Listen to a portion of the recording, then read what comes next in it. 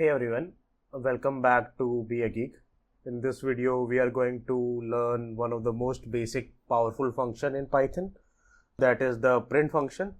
So whether you are a beginner or a brushing up with your Python basics, understanding the print functions is always essential. So what exactly is a print function in Python? So print is basically a built-in Python function that output the text or data to the console. Think of it like Python is basically talking back to you. Whether you give whatever you give to print, it just shows you on the screen. So we have a HackerRank question for the print function, but before that, let's see what exactly is print function. So for the print function, we mainly write just simple print and inside the bracket whatever we need to show it on screen. Okay, so for example, in our first video we have seen like print hello world, so it will just print hello world on the screen. Okay, or even not just a string. If I just write print, for example, 10, it will just print 10, or even I can write print 3.14, the pi value, it will print it as 3.14. Let's see some in the example.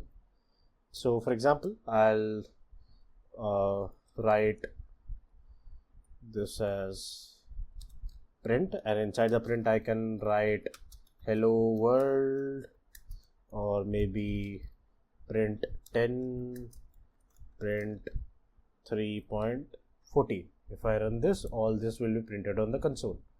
Hello world 10, 3.14. So you can show, you can also print numbers, both integer, floats.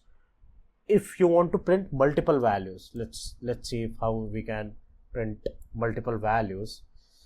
So for example, let's take a simple example. In the name field, I have taken name as a variable. In the name I have write like, for example, Be a Geek. Okay, and I have taken the age as, for example, 23. I can print both these functions as like name comma age. So it will print both Be a Geek 23. I can even add the text here. So for example, I have written like this as name, and after this I can just write age. So it will be treating 4 variables. The first is taking this as 1, then this is as 1, then this is this. So if we see name, Be a Geek, age, we can add a comma here if we want. So it will be printed like this is our name, this is our age. Okay, so this is like how we print multiple values. We can also separate the values. So print function support two different type of parameters. The first one is separator parameter and the other one is end parameter. So first we'll see the separator parameter. So I'll just add a comment here that we write using sep keyword. So sep stands for separator. So it's separator. So what exactly it does? It basically controls what is printed between the values. So let's see this with an example. So for example, I have printing Python. Okay, then I have taken is, then other word is like, for example, let's take awesome. So if I print this, it will print like Python is awesome. But what if I need a hyphen between Python and is and awesome? So I can add a separator here. For example, sep and then equals to whatever I need. I need a hyphen here, so I'll just add hyphen. So it will be printed like Python hyphen is hyphen awesome. It can be anything separator. For example, it can be a hashtag, Python is awesome. Anything you want to write, you can use separator. So let's see the other operator, that is the end operator. So let's see how we write end. So end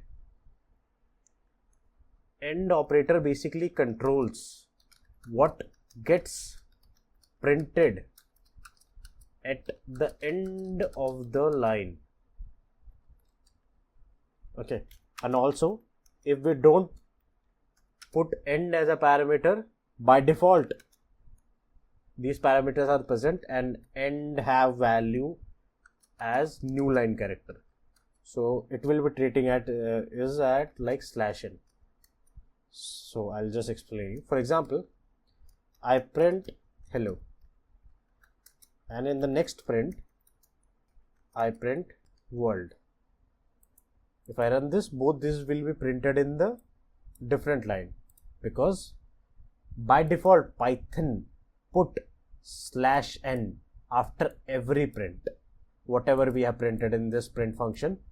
So we can override that. We can use, like for example, end. I want in the ending to be a space, so it will be printed in a single line, Python space world. If I just remove the space, there will be no space in between them. Hello world. So that's how we use both separator and end in the print function. Okay, and we can also use print with some kind of formatting.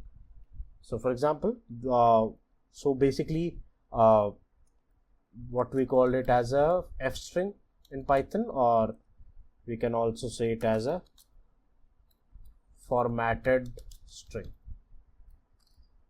Okay, so let's take few example of this also. Let's help us better understand string with Python function. So for example, I have two variables. I'll just take them back. We have a name, be a geek. Okay, we have age, that is for example 23. Okay, so in the print function, what I want for the f string, I use f, then the string quotes, I like my name is, then I can just write the variable name using the curly braces. For example, I want name variable needs to be here, so I can write this, my name is, and I want the age to be here. Okay, years old. Okay, so it will just print both this. My name is be a geek, so the values will get replaced here with the variable values. So that's how we use formatted strings with print functions. Okay, so now let's go back to our question, the HackerRank question. Okay, yeah. So in the question we have like problem, without using any string, try to print the following thing, 1 2 3 to the n. Okay, so we have an integer n, we need to print 1 to n. We need to start it from 1 and we need to print it for n. So let's take some few examples here to understand it, what exactly we need to done in this question. Okay, so first we will have a variable n. So for example, let's take it as 5. So we need to print 1 2 3 4 up to 5. We need to print this on the console. So first thing is, we can simply use loop. We can simply write for I in range. Now inside the range function, as we want it starting from 1, so we will be using 1 as a starting point and ending as 5. So as we know, the range function has the limit as n-1. It's always run n-1 starting from the 0th index to n-1. So for the 0th index, we have changed it using 1 and we want it to work for the nth position. So as it do -1 by default, we will add it from our side, so that -1 just neglect this and it will give us number up to n. Okay, so I'll just write from starting from 1 to n+1 print I. We can simply do this, but what we'll do, as in the examples we have seen, like if we do print 1, then we'll do print 2. So it will be printing it like 1, 2 in the each integer in the different line. And in the question we want each integer to be in a single line. So what will we use? We'll use the end parameter of the print function. So we'll override the end and say just don't do anything in the end, so that even after every print of an integer, it will not go to the next line. It will print all these integers in a single line using the end parameter. So let's try this in our code. So what we'll do, we'll run a loop for I in range starting from 1 to n plus 1, so that n minus 1 functionality is neglected here. We'll use print I. So let's first see this. So if we simply do without end parameter, so it will print, we want the output as 1, 2, 3 in a single line, but we are getting 1, 2, 3 in a different line. So we'll just override the end parameter, end, and then we'll just give it as an empty string. We don't want anything. So this is our output, the final output. Let's just submit this code. Okay, submitted successfully. So I hope you like this and you understand what exactly is print function and how many parameters are there in print function. So if you like this, do like, share, subscribe to the channel. I'll see you in the next one.